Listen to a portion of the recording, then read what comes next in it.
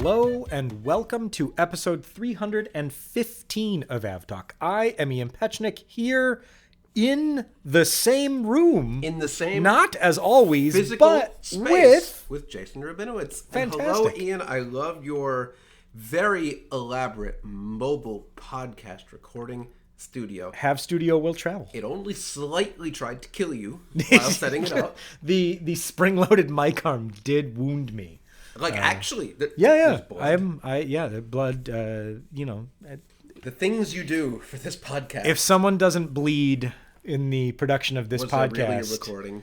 Yeah, did it really happen? But this is nice. We are coming to you live, well, recorded live, but right now we are live in a downtown Chicago hotel.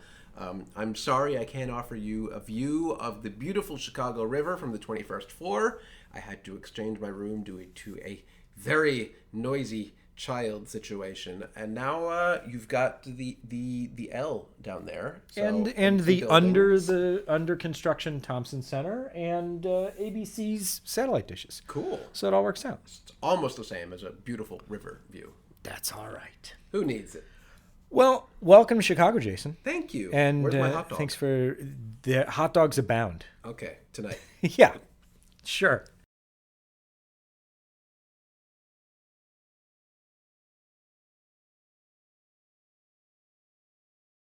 Definitely nothing of interest, I think, for this particular audience at this conference. Normally, this time of year, you would be in Hamburg, Germany. I know I'm bringing up sore topic. However, we'll discuss anything worth discussing that happened at the Aircraft Interiors Expo on next week's episode. Yes, look, Chicago is great. I love Chicago, but Hamburg, Germany is, it's a little warmer there right now. Yeah, it's still winter here. It's almost the middle of April, but it's still winter here. All right, let's talk about airplanes, shall we? Okay, I'm even less prepared than usual. I have been so heads down in this conference, I have no idea what happened this week, but let's talk about it anyway. That's probably for the better. So this actually came out last week, but of course it happened right after we recorded last week's Wouldn't change it for anything. episode. So let's talk about the preliminary report on the Swiftair 737 crash that came out last week. Based on the preliminary report, we now know that the aircraft crashed in a state of systems it should not have been. We know that the hydraulic B system was turned off, and based on the transcription and reporting in the report from the cockpit voice recorder, it sounds very much like the captain, who was the pilot monitoring, turned off the hydraulic B system, which, among other things, powers the flaps, instead of turning on the engine anti-ice system, which was discussed through the crew as being necessary as they approached Vilnius. Yeah, not great. I feel like we've talked about this very similar type of situation a number of times over the past couple of years, where there's some sort of crash or some sort of incident reported, and it was the result of someone up front accidentally turning off the wrong thing, whether it's the wrong hydraulic system or the wrong engine when there's been an engine failure, and exactly. you turn off the wrong engine. And yeah, I guess it's a very stressful situation when you're troubleshooting an engine failure, and it's a very high pressure situation. But in this case, it was kind of, I guess, an unforced error where they simply hit the wrong switch. And if you look at the overhead panel, and this is a 400, a 737 400 freighter. Yep. Yeah, I have seen a number of people that said, yeah, I could see how this could happen, because the two controls for this are in a very, very close proximity to each other. They're next to each other, and they're the same types of switches. Yes. The thing here is that this is not the first time this has happened on an aircraft. It might be the first time that it has caused the aircraft to crash or been contributory to an aircraft crash. Yeah. But looking at the aviation safety reporting system maintained by NASA, there are multiple examples of 737 pilots reporting that this has happened. Yeah. They either went to turn on the anti-ice and turned off the hydraulic, or they did vice versa, or these pairs of switches have factored into incidents or events before. Though it sounds like this might be the first time that has led or contributed to the crash of an aircraft. Yeah. I think this is a problem that has kind of remedied itself over time, over iterations of the 7.3, since this was a classic. Right. We have since had the NG family, and then on top of that, we've had the Max family. There isn't exactly a ton of systems improvements and changes up in the flight deck, notoriously so with the 7.3 system. But I believe in this case, anti-ice is no longer directly next to the hydraulic switches, or at least if it is, the picture I'm looking at of the overhead panel, they are not in similar places anymore, at least. So maybe that has been changed. Maybe I'm looking at it wrong, but we've got the anti-ice, and we've got... Oh, no, actually, see, isn't this nice? You could physically point things out to me. I'm looking above where wing anti-ice is and engine anti-ice, and yeah, right below that it is still hydraulic pumps. Yeah. So, hey, time has not remedied that situation. And yeah, they are kind of the exact same kinds of switches. I guess the improvement here is not necessarily the placement of the switches, but the engine monitoring. Yes. So you have, or it's systems monitoring, so you have a better knowledge of what is happening, hopefully on a new aircraft. But this is just a preliminary report. We will wait for the final report to see the combination of FDR and CVR and what the investigators learn as they continue through their investigation. Yep. Jason? Yes. Delta had the, I think, ignominy of being the first major U.S. airline to report quarterly earnings this earnings season, which happened yesterday, like Wednesday, worst possible April 9th. Timing for it to happen. What Delta CEO Ed Bastian said was, growth has largely stalled. They spent the better part of, I want to say, 3 hours in their earnings call, kind of not necessarily directly addressing the elephant in the room, tiptoeing around. And this is interesting for a couple of reasons, and I know you're eager to make words here that might not be family friendly. So I want to slightly muzzle you. We'll get to it. Okay. Just keep family friendly. It'll be family friendly unless your name is Ed Bastian. But Delta CEO especially was very positive about the anticipated regulatory changes that would come with the second Trump administration. And yesterday they walked that back a little. Yes.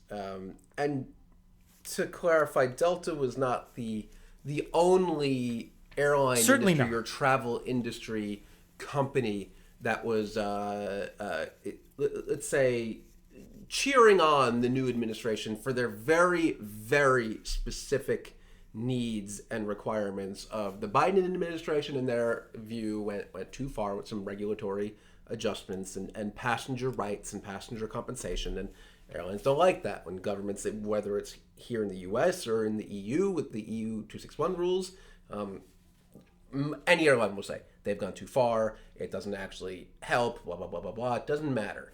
But in this case, Delta CEO Ed Bastian really went above and beyond the fray, I think, to really come out and say the quote is that the incoming Trump administration, quote, will be a breath of fresh air. The air is getting real thin if your name is Ed Bastian, because things have not exactly gone as expected for them, even though they should be going exactly as expected to anyone who's paying attention, because the Trump administration is doing exactly what the Trump administration said they were going to do. So now you have, during an earnings call where Delta is now no longer even issuing full year guidance, they're only issuing guidance for the next quarter because who knows what happens. But in the span of November 2024, Ed Bastian went from Trump will be a breath of fresh air to January 2025, Delta donates $1 million to the Trump inaugural fund, to March 2025, Delta slashes their earnings guidance to here we are in April, where now growth has stalled and they're worried directly about a recession. And that is not tiptoeing around it. They directly said, we are worried about a recession, and a recession is not good for airlines.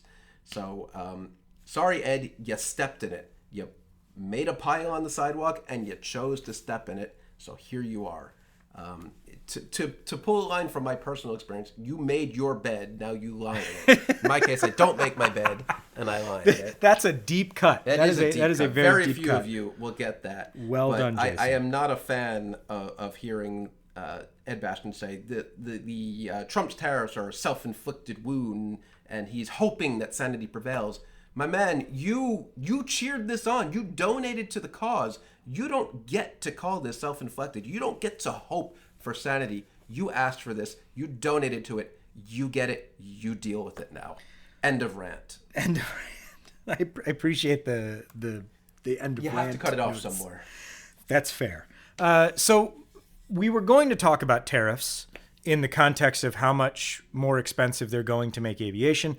But now with the 90-day pause and the reciprocal pause by the EU today as well, we don't know what's going to happen. But there's also the additional baseline. The 10% tariffs have not been paused. Those are still in place. Unless your country name is China. And then, but that's a whole other story. And a lot of components come from China. A lot of components come from China and a lot of raw materials. So it's...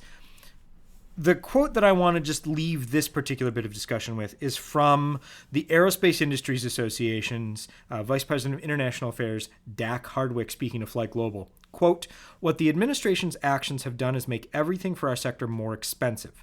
If it's made of metal right now, it is more expensive, and we use a lot of metal." That's true. And we don't know. I think the point that I'm trying to make here is we don't really know what the end effects are going to be for aerospace manufacturing, for airlines at this point, because everything is so fluid. But that uncertainty in and of itself is a detriment to the future positive outlook of the industry.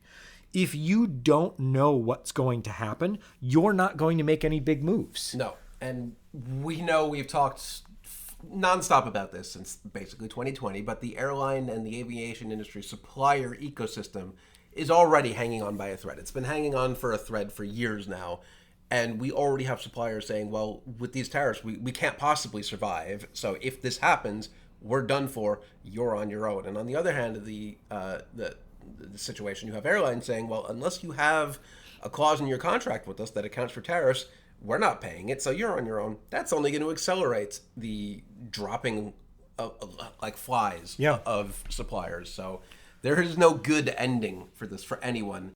Nobody wins. Speaking of no one winning, Air Baltic CEO Martin Gauss is now former Air Baltic CEO Martin Gauss. Gauss has been on the show a few times and has always been rather forthright with us. And I think the forthrightness helped him run out of time with the Latvian government. Yeah, I've heard some rumors. This was very sudden, very, very sudden. And it was like effective immediately. You're out the door. I've heard some rumors of what might have happened. And Air Baltic is, I think, a state-owned airline. Yes, the Latvian government is the majority complicates things. But I've heard everything from the Latvian government didn't like their fleet management, basically, to the point where they wet leased out so many of their aircraft that they had to wet lease in aircraft, and it spread to like notoriety routes where they didn't like, where they were operating wet leased SmartLynx aircraft to like major destinations. If you're flying Air Baltic, you're a lot of the time not flying Air Baltic. I've heard things where saying he's an outsider, he's not Latvian, he's not from here, so he shouldn't be running our airline. And I've heard a lot of stupider things than that. But it is very sudden. But I guess the IPO that they were planning is going to probably have to wait a little bit longer. Yeah, and that's the other aim. Air Baltic continues to aim eventually at some point for an IPO. And the government's keen on that. So I'm not sure how much that played into it. The CEO bloodbath did not stop there. No, it did not stop there. Ted Christie is now out at Spirit Airlines, as is the chief commercial officer, Matt Klein. This is an interesting conglomeration of folks at the top of the airline that are stepping in. We've got CFO Fred Cromer, COO John Benderitis, and chief counsel Thomas Canfield are going to have some sort of triumvirate interim CEO They're gonna have to share the same responsibilities. desk and same pen and same I laptop. wish it worked like that. Yeah. You only get one seat. You have to fight over it. Until a new CEO is found. Christie joined Spirit as the CFO in 2012 and then took the CEO role in 2019 and has guided the airline kind of in its second era after, kind of Baldanza with the really reinvention of couple Spirit. eras. It was the unterribilization of Spirit, the guidance through COVID, the bankruptcy, and the emergence from bankruptcy. So really kind of 4 versions of the airline. But then again, like Martin Gauss at Air Baltic, it was very much a press release and he's gone, effective immediately, along with the CCO. Not, we're going to transition to so-and-so, or it's going to be over 6 months, or Ted Christie's going to be, retiring in 3 months. He's gone, effective immediately, which is also very strange because they just emerged from bankruptcy and he saw them through that. Maybe that was a part of the plan, that he'd see them through bankruptcy and then exit, but that's not really how this typically works. You don't typically just see the CEO depart effective immediately. Yeah. On good terms. Yeah, when it's good terms, it usually happens a bit slower. Yeah. So we'll see who they get to take over. You looking for Spirit. work? No, I'm quite good. Okay. Yeah. Had to offer. It's not my job to offer. But. I'm good. I'm happy where I am. Let's see. Let's go over to regional airlines, where Republic and Mesa are proposing a merger. Republic will combine with Mesa and take over, creating a new publicly traded company. So Republic Airways and Mesa Airlines are 2 of the largest regional carriers. Mesa flies for United. Republic flies for American Delta and United, and they both operate Embraer E170s and E175s. This deal is slated to close in the 3rd quarter of the year, and the combined company will end up with slightly more than 300 Embraer regional jets. Wow. The, I guess, curveball here is that Republic is currently helmed by Brian Bedford, who has been nominated by Trump to lead the FAA. Okay. So that's quite the FAA. I might be gone soon. Yeah. Let's combine 2 large regional airlines. The FAA in this situation doesn't actually get a say in this merger. The DOT does, which the FAA falls under. I was thinking more along the lines of proposing this very, very large merger and then being like, Here okay, see you later, Good guys. Luck. Another CEO out without a moment's notice. Yeah. But yeah, consolidation in the regional jet world here in the U.S., not surprising. Mesa is not my favorite regional jet airline in the U.S. Far from it, actually. Probably my least favorite in the country. So I'll be happy to see Mesa go, as someone with multiple Mesa flights booked right now. Republic ain't exactly, the best in the world, but it's certainly a step up from Mesa. But we are running out of regional jet airlines here in the U.S. between have consolidation. 2, maybe 3 left? 2 or 3. You've got Republic. You've got SkyWest, the other major one out in the west, and some they dabble in the east. And then you've got like GoJet operating a couple flights as a minority-owned interest of United, and then that's it. There used to be so many regional operators, not regional jet, but regional operators in the U.S. that in the last 10 years have just evaporated, for better or worse, I guess. Well, let's keep going with regional airlines and talk about Air Wisconsin, which up until recently operated also one of my least favorites regional airlines. Up until recently operated for United and American and have lost both contracts, but they've got a brand new, very particular route that I think we somehow need to figure out how to fly.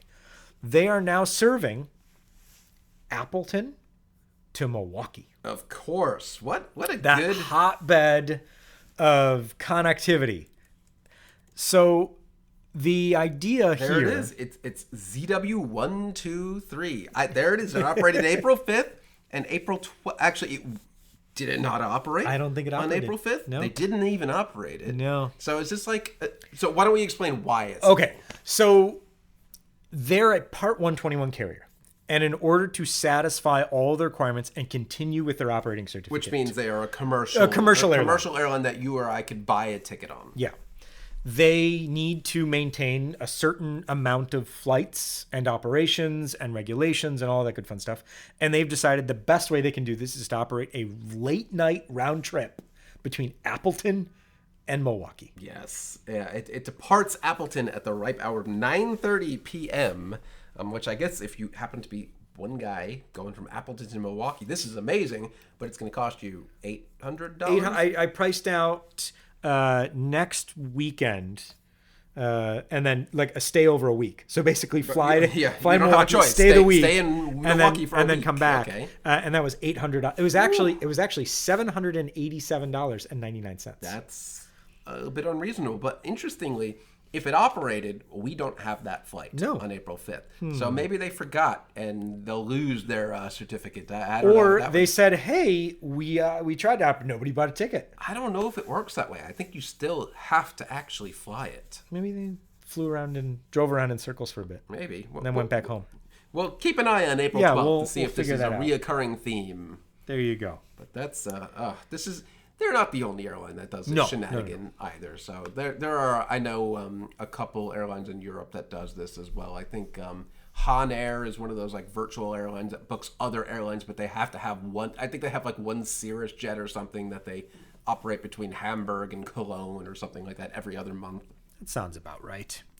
Speaking of air operating certificates, let's talk about Riyadh Air, which has just gained theirs. They're a real airline. Real airline now. They've received all the requisite approvals, and so now they just need to start operating flights, which is supposed to happen later this year. Okay. There you go. But there are also a bunch of airlines that are taking planes apart to keep their other airplanes flying. Cannibalization. Indeed it is. And we've got this week, just by happenstance, a bunch of airlines announcing that they're doing that. So going back to Delta is chopping up one of the ex-Egypt Air A220s for spares. This is a new partnership between Delta and Azora, the lessor, which owns those Egypt Air A220s, along with a bunch of other A220s that they have on order as well. Yes. So this is the, I think, first A220 part out for spares. Yeah, this is Egypt Air had these A220s operating for a subsidiary, and then they put them in-house, and they said, you know what, we don't want them, they're not reliable enough. And these are the ones where they already overhauled the engines on, and they still didn't want them. So I guess those engines are quite valuable for Delta. Delta is in fact leasing the engines. However, they are also taking additional components off of the aircraft for just spare fleet, because not only are there engine issues, again, coming back to the supply chain issues, no one can get parts for their airplane. Yes.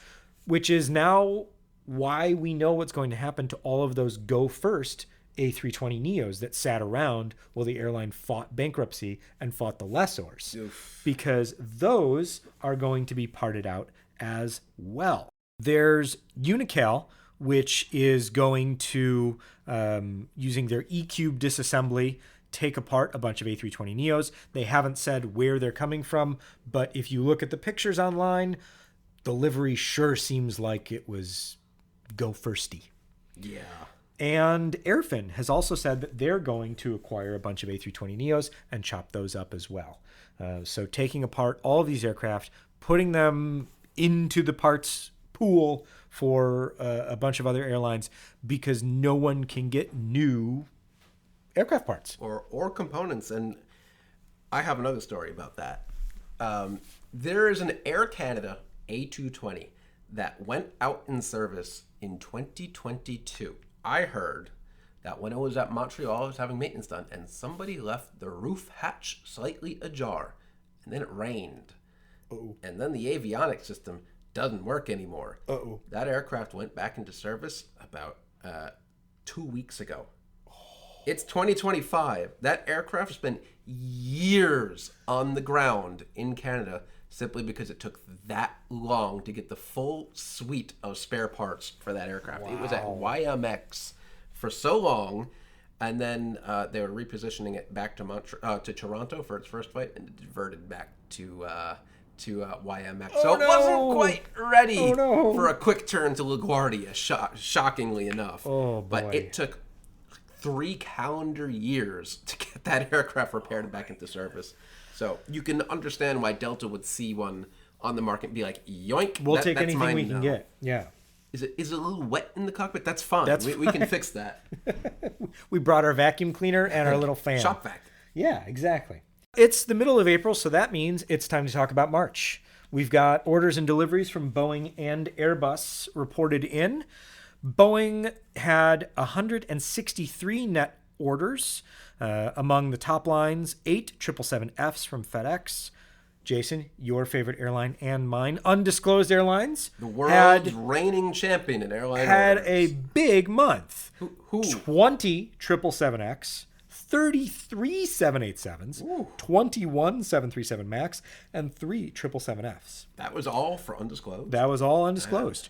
Cancellations on the Boeing front of 27 737 MAX and 2 777F. So that brings an order book over near 200 down to 163. Boeing delivered 41 deliveries in March, consistent across the first couple months of this year. Airbus took in 204 net orders, also taking in 2 big undisclosed airlines orders, 12 A350s plus 30 A320neo families. I have a feeling we're going to find out who that is at the Paris Air Show. And we also have an airline placing an order for 40 A321neos. Ooh, who could that be? Who could it be? I don't know. We'll find out. It's undisclosed. We can't know. What we do know is that Airbus has finally given up the ghost on Go First's order for 72 A320neos. Aww. Now that the airline has been defunct for 2 years. I assume probably all 72 of those delivery slots have already been They've taken. already They're gone. They're gone. 71 deliveries on the month of March for Airbus. And we will close the show by doing a bit of a quiz. Oh, for me or you? For you. Oh. Ooh. Did you know what a Bannis latch was before you read what? this report? Exactly. Bannis latch. Did you know what a Bannis latch was before you looked at this NTSB report? I did not, but I'm 100% guaranteeing you there is at least one person in this industry that is a Bannis latch expert. He is if you the are, guy. If you are the world's leading Bannis latch expert, email us at podcast@fr24.com. We want to talk with you. So Bannis latches are in the NTSB's crosswire because of 2 incidents and a recent-ish incident with a FedEx 757 where it was nearly impossible to open the door and activate the emergency slide. That's a problem. And so as part of their investigation, the NTSB revealed that they believe that there is a large collection of Bannis latches that do not comply with airworthiness directives that have been in place for nearly 40 years. Well, if they've been there for that long at this point, it's probably going to be okay, but maybe not. So you better replace them. The Bannis latch. So this is the airworthiness directives reference a Boeing service bulletin from April 18th, 1986. Wow. So it's almost older than me. So these latches are chained latches, and we'll put a link to the NTSB's safety recommendations, which contain Figure 3, which lists an exemplar Bannis latch, which is, I feel like, something from Game of Thrones. But they're chain linkages with bolts through them that connect certain things. And in this case, it's the door to the emergency slide, so that when these are moved, the emergency slide activates. And there is concern among the NTSB that the modifications required in the service bulletins issued in 1986 and the follow-on airworthiness directives issued between 1986 and 2004, that those are still out of compliance. So this isn't a huge deal industry-wide, because we're talking about older 757s, 727s, and 737s. However, I just wanted to spend a few minutes really discussing the phrase Bannis latch. Did they say what was wrong with the old Bannis latches? So the old Bannis latches, they don't operate the way that they're supposed to, and they can get stuck. Oh, I hate a stuck Bannis latch. You don't want a stuck Bannis latch. No, that's bad for business. Exactly.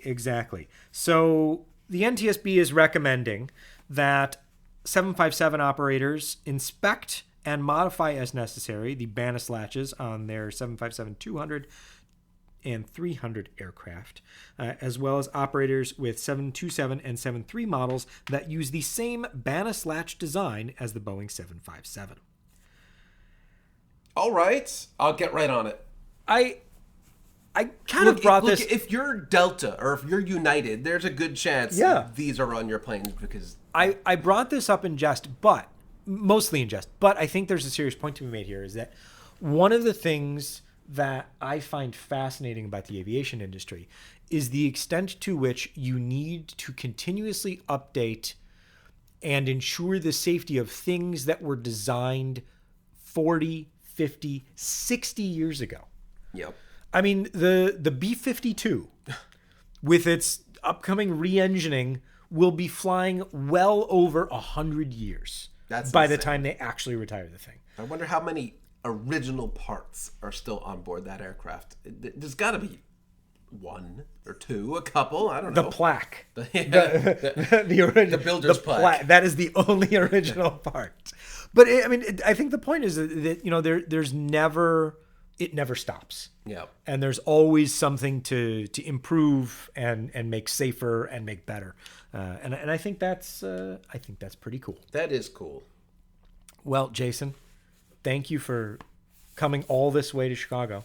Thank you for coming all the way to the Loop with your mobile recording studio. My mobile recording studio. It's very nice. And we're going to end the show for this week, and we'll be back next week with a normal show where we're 800 miles apart. Maybe you can't guarantee that. That's true. I can't guarantee much of anything these days. Nope. But until then, this has been episode 315 of AvTalk.